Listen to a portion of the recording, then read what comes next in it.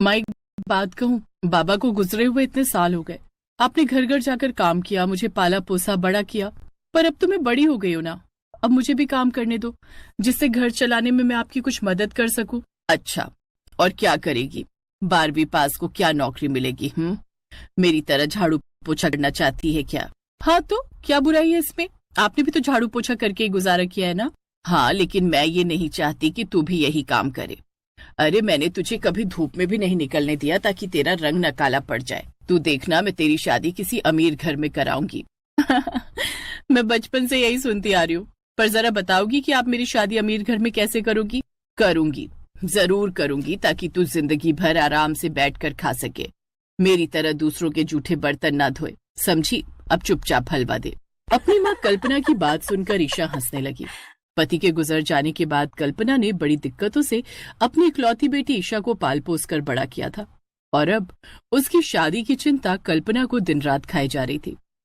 फिर कुछ दिनों के बाद, सुन ईशा, मेरी पगार आ गई है, मैं जरा बाजार जा रही हूँ, राशन पानी ले आती हूँ।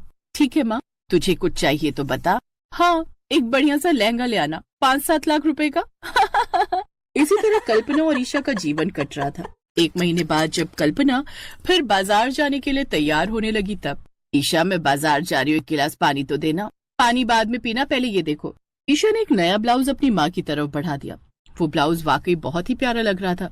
कुछ दिन पहले कल्पना की मालकिन ने उसे एक साड़ी दी थी, पर उसका ब्लाउज नहीं था, तो कल्पना ने अपनी माँ के लिए घर पर ही एक ब्लाउज सिल दिया था।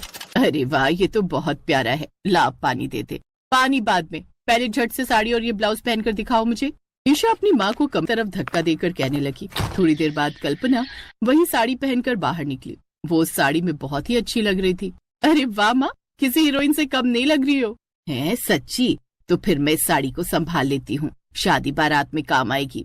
हाँ हाँ, संभाल लेना, लेकिन आज यही पहनकर बाजार जाओ। अरे पागल है क्या, लोग क्या बोलेंगे? क्या बोलेंगे? लोगों की चिंता छोड़ो, जाओ ना, ऐसे ही मस्त लग रही हो। तो फिर एक काम कर, तू भी अच्छे से कपड़े पहन ले, आज दोनों साथ चलेंगे, एकदम अमीर लगेंगे। कल्पना की बात पर ईशा हंसी और तैयार होने चली गई। थोड़ी देर बाद जब दोनों तैयार होकर बाजार चली गई, दोनों माँ बेटी बहुत अच्छी लग रही थी। बाजार में जब कल्पना एक ठेले से सब्जी खरीद रही थी, तभी बगल से एक कार गुजरी। उस कार से कल्पना को थोड़ी सी ठोकर लग गई। कल्पना की चीख सुनकर कार से एक माँ बेटा बाहर निकले और कल्पना को सहारा देते हुए पूछा, ओ सॉरी आंटी, आपको ज्यादा लगी तो नहीं? अरे अनिकेत, ये क्या कर दिया तूने? बहन जी, आप ठीक तो हो ना? नहीं नहीं, ठीक है, कोई बात नहीं बेटा। भगवान का शुक्र है कि आपको ज्यादा चोट नहीं आई। वो क्या है ना, मेरे बेटे ने अभी पिछले महीने ही कार ली है, अभी चलाना सीख ही रहा है।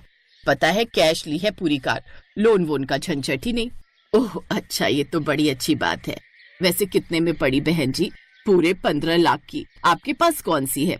वो दरअसल ना मुझे कार चलानी आती है और ना ही मेरी बेटी ईशा को, तो हम लोग कार नहीं रखते। अच्छा अच्छा, कैसी हो बेटी? नमस्ते, मैं ठीक हूँ आंटी जी। बड़ी प्यारी बच्ची है बहन जी आपकी। इसकी शादी वादी के बारे में कुछ सोचा? हाँ वही, आजकल लड़के वालों की लाइन लगी पड़ी है घर पर। आप ही देखिए ना, कितनी सुंदर है बेटी मेरी, ऊपर से इकलौती भी है। हाँ हाँ वो तो है, आप अपना नंबर दीजिए ना, मुलाकात होती रहेगी। जी आंटी, लिख लीजिए। ईशा ने अमृता को अपना ही मोबाइल नंबर दे दिया, क्योंकि उसकी माँ कल्पना के पास फोन नहीं था। थोड़ी देर बातचीत के बाद कल्पना और ईशा वहाँ से चले गए। सुना निकेत, तुझे कैसी लगी वो लड़की? वो बहुत सुंदर थी माँ।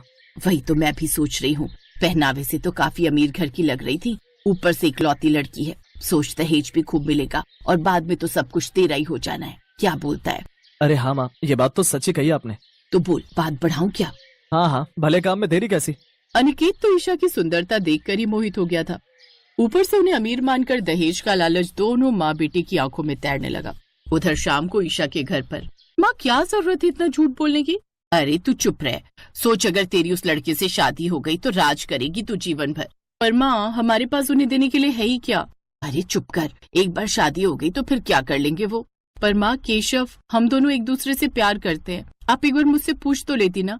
क्या केशव? वो मंगलू का लड़का? अरे एक छोटे से किसान के साथ शादी करके क्या ही मिल जाएगा तुझे? सुना नहीं, उस लड़के ने 15 लाख रुपए की कार खरीदी है, वो भी नकद। मैंने फैसला कर लिया है, तेरी शादी मैं उसी लड़के से करवाऊंगी, किसी फटीचर से नहीं, समझी?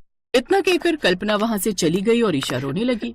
ईशा और केशव एक दूसरे से बहुत प्यार करते थे, और जब भी ईशा कल्पना के सामने केशव का नाम लेती तो कल्पना उसे झिड़क देती। कुछ दिन बाद कल्पना ने चालाकी से अनिकेत और ईशा की सगाई करा दी। इस सगाई से ईशा और केशव दोनों के दिल टूट गए। फिर कुछ दिनों के बाद बहन जी, अब शादी की तारीख निकलवा ही लेते हैं। हाँ, मैं भी यही कहने वाली थी। अच्छा है, तो चलिए जरा लेन देन की बात भी कर लें। देखिए, कार तो हमने अभी ही ली है, समाज में हमारा बड़ा नाम है। तो आप एक काम करिए, ईशा के लिए कम से कम 10 लाख रुपए का लहंगा सिलवा देना और इतना ही कैश दे देना। बस हमारी इतनी सी ही मांग है। अब कल्पना फंस चुकी थी। उसने हाथ जोड़कर अमृता और अनिकेत को सारी सच्चाई बता दी। उसे लगा था कि अनिकेत ईशा से शादी कर ही लेगा, लेकिन वो भी अपनी माँ की ही तरह लालची निकला और उसने तुरंत सगाई तोड़ दी।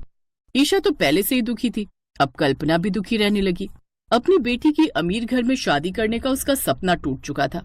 माँ, मैंने आपको पहले ही कहा था कि ये झूठ की इमारत ज्यादा दिन नहीं टिकेगी। अरे ऐसा भी क्या गलत चाहा था मैंने, सिर्फ इतना ही ना कि तेरी शादी किसी अमीर घर में हो जाए। पर ये अमीर लोग अमीर होते हुए भी कितने लालची होते हैं। चुप हो जाओ माँ, भगवान सब ठीक करेंगे। तुम एक काम करो, तुम केशव को बुला लो, मैं उसी से तेरी शादी करवा दूंगी। ये सुनकर ईशा के चेहरे पर मुस्कान आ गई। शाम को केशव घर आया तो कल्पना ने उसे अपनी हालात के बारे में सारी जानकारी दे दी। माँ जी, आप फिक्र मत करिए, मुझे दहेज में एक पैसा नहीं चाहिए। और आप चिंता मत करिए, मैं जानता हूँ कि ना तो ईशा को कोई भाई है और ना उसके पिता, तो आपकी देखरेख भी मैं ही करूंगा। केशव की बात सुनकर कल्पना को अपनी गलती का एहसास हो गया। उसने केशव को ढेर सारा आशीर्वाद दिया और फिर पंडित को बुलाकर दोनों